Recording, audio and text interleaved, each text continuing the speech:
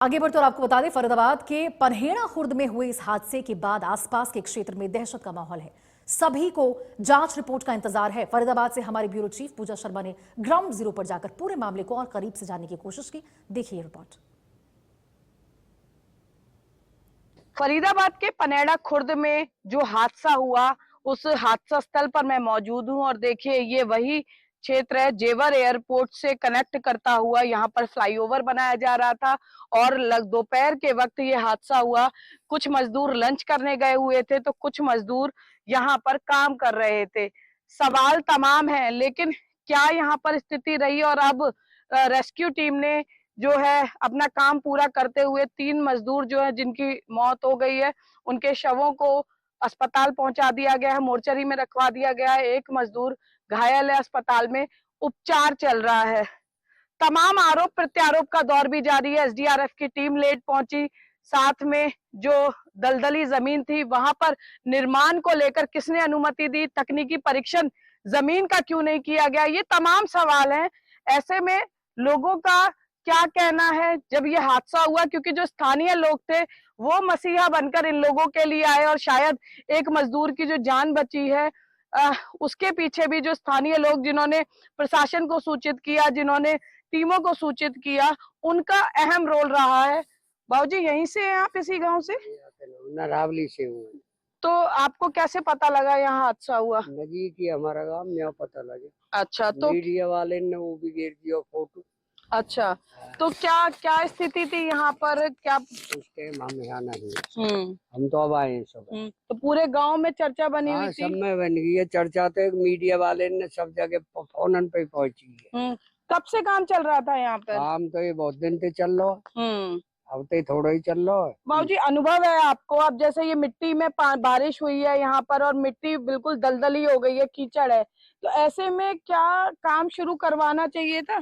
काम ये तो साथ के साथ ही हुआ है ना, बादल भी जब ही आया, आंधी भी जब ही आई है, जब ही बारिश हुई है। तो लेकिन बादल आता हुआ तो मजदूरों निर्माण एजेंसी को भी दिखना चाहिए था, बंद कर देना चाहिए था काम। बिल्कुल बिल्कुल। तो देखिए ये एक बड़ी लापरवाही के तौर पर इसको देखने। भैया यहीं के हो आप? हैं आप लोग भैया कहाँ से हैं? मैं अच्छा से बहुत दूर से। अच्छा, तो आप किस लिए आए हुए हैं यहाँ? आप मैं खेत करता हूँ यहाँ पे। अच्छा, तो ये हादसे की सूचना आपको कब मिली? मुझे तो सुबह मिली। अच्छा, हाँ, तो अब क्या माहौल है? सुबह से ही लोग आसपास के गांव से यहाँ पर आ रहे हैं? हाँ जी, सुबह से ही आ रहे हैं, सभी देखने आते हैं क्योंकि यहाँ पे हादसा हुआ और बहुत तगड़ा हादसा हुआ है, तो हर कोई सुन के आता ही है। तो क्या लगता है आपको, ये लापरवाही थी या ये केवल हादसा था? देखो जी, हम तो अब आए हैं तो हमें तो ये लग रहा है कि ये हादसा ही हुआ है। लेकिन ये मिट्टी जो दलदली है, ये बता रहे हैं कि क्रेन का संतुलन बिगड़ गया, तो दलदली मिट्टी में क्या काम करना चाहिए? आप लोग भी काम करते हैं, आपको भी अनुभव है। कुछ लोगों का कहना है कि ये जो लैंड बिछाई हुई है इसका लॉक टूट गया, इस वजह से हुई है। गाड़ी नीचे गाड़ी भी नीचे दब गई, इसी में मजदूर दब गए।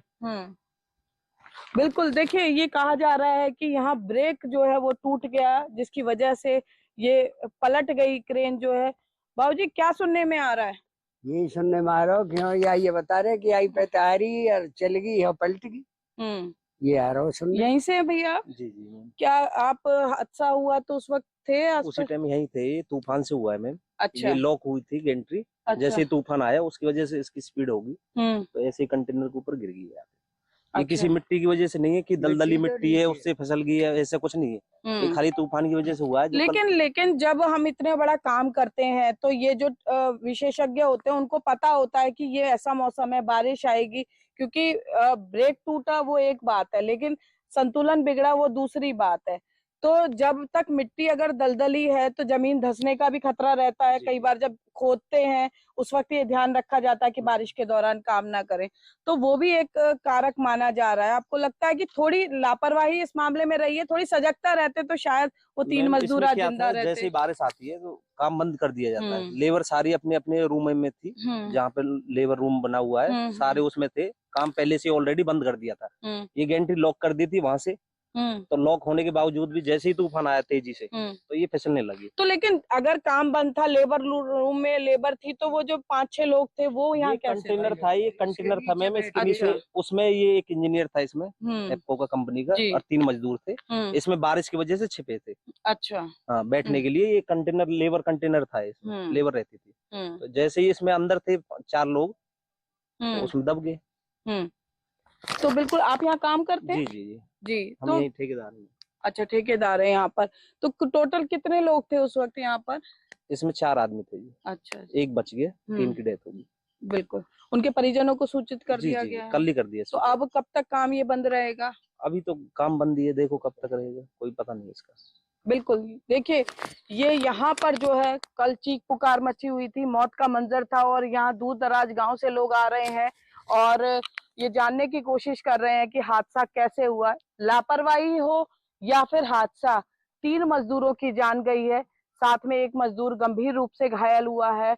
इस पूरे मामले को लेकर जवाब तो बाद में पता लगेंगे, लेकिन सवाल कई खड़े हो गए हैं। अब देखने वाली बात ये होगी कि मुख्यमंत्री हरियाणा ने जिला प्रशासन से जो रिपोर्ट मांगी है, उस रिपोर्ट में क्या कुछ निकलकर सामने आता है और क्या आगे इस बात को सुनिश्चित किया जाता है कि विकास परियोजनाओं को लेकर सुरक्षा व्यवस्था चाक चौबंद हो, विकास का सपना जो है वो मौत के मंजर में ना बदले, इसके लिए क्या इंतजाम किए जाते हैं। और साथ ही ये भी जरूरी है कि विकास की कीमत जो है किसी की मौत से ना चुकाई जाए और जो व्यापक इंतजाम है वो किए जाए, क्योंकि ये पनेड़ा खुर्द का ये हादसा केवल हादसा नहीं बल्कि सिस्टम पर सवाल भी है।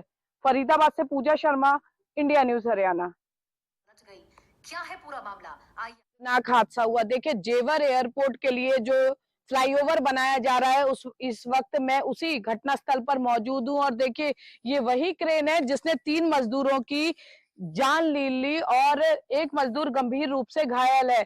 देखिए ये क्रेन जो है ये पलट गई और आप वो एरिया देखेंगे कि यहाँ ये क्रेन इस कदर गिरी कि यहाँ इसके नीचे दबकर मजदूर जो है 3 मजदूरों की मौत हो गई और एक मजदूर गंभीर रूप से घायल हो गया।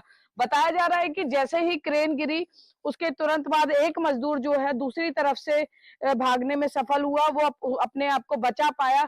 लेकिन जो बड़ा सवाल है, देखिए इस वक्त इस मिट्टी को आप देखेंगे, ये हादसा हुआ लगभग 2:30 बजे से 3 बजे के बीच का ये हादसा बताया जा रहा है और उस वक्त जो मिट्टी थी वो गीली थी। लेकिन जब इस तरह की विकास परियोजनाएं होती हैं तो ये पनेड़ा खुर्द के इस हादसे ने कहीं ना कहीं विकास परियोजनाओं के चमक के पीछे जो सुरक्षा व्यवस्था का सच छिपा होता है, जो व्यवस्था होती है उसकी पोल खोल कर रख दी है। ये मिट्टी जो है दलदली थी, उसके बावजूद काम शुरू करने से पहले ये तकनीकी रूप से परीक्षण नहीं किया गया कि क्या ये जमीन जो है अब निर्माण कार्य के लिए शुरू करने के लिए इस पर काम किया जा सकता है या नहीं किया जा सकता है। अपने आप में कई बड़े सवाल इस हादसे के बाद खड़े हो गए हैं। देर रात तक रेस्क्यू अभियान जारी रहा।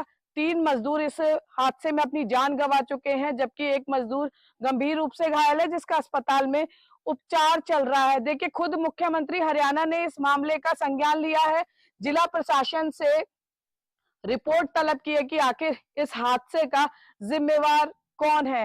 देखिए विकास का सपना देखना अच्छी बात है, लेकिन विकास की कीमत अगर लोगों को अपनी जान गंवाकर देनी पड़े तो शायद वो विकास किसी काम का नहीं है।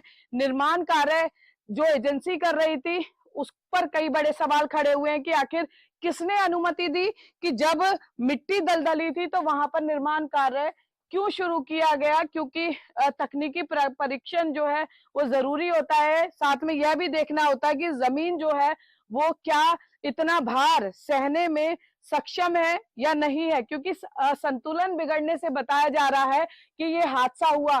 आरोप यह भी लगाए जा रहे हैं कि जब ये हादसा हुआ तो स्थानीय लोगों ने जिला प्रशासन को सूचित किया, एसडीआरएफ की टीम को सूचित किया गया, लेकिन जब ये मजदूर जिंदगी और मौत के बीच लड़ाई लड़ रहे थे तो उस वक्त राहत एजेंसियां रास्ते में थी। यानी अगर समय रहते राहत एजेंसियां पहुंच गई होती तो शायद जो 3 मजदूरों की मौत हुई है उनको बचाया जा सकता था। देखिए ये पूरा एरिया फिलहाल यहाँ पर काम बंद कर दिया गया है, लेकिन सांप निकल जाने के बाद लकीर पीटता हुआ प्रशासन नजर आता है। और ये पूरा ये देखिए ये वो हादसा स्थल है जहां पर ये पूरी घटना हुई। अब जांच पूरी होने तक किसकी लापरवाही रही, कैसे ये हादसा हुआ, कहाँ चूक बरती गई, इसके जवाब तो जांच पूरी होने के बाद ही पता चल पाएंगे। लेकिन जांच से पहले कई सवाल खड़े हो गए हैं। अब देखना ये होगा कि इस हादसे के जिम्मेवारों पर कार्यवाही की जाती है या फिर ये कार्यवाही फाइलों तक सीमित रह जाती है।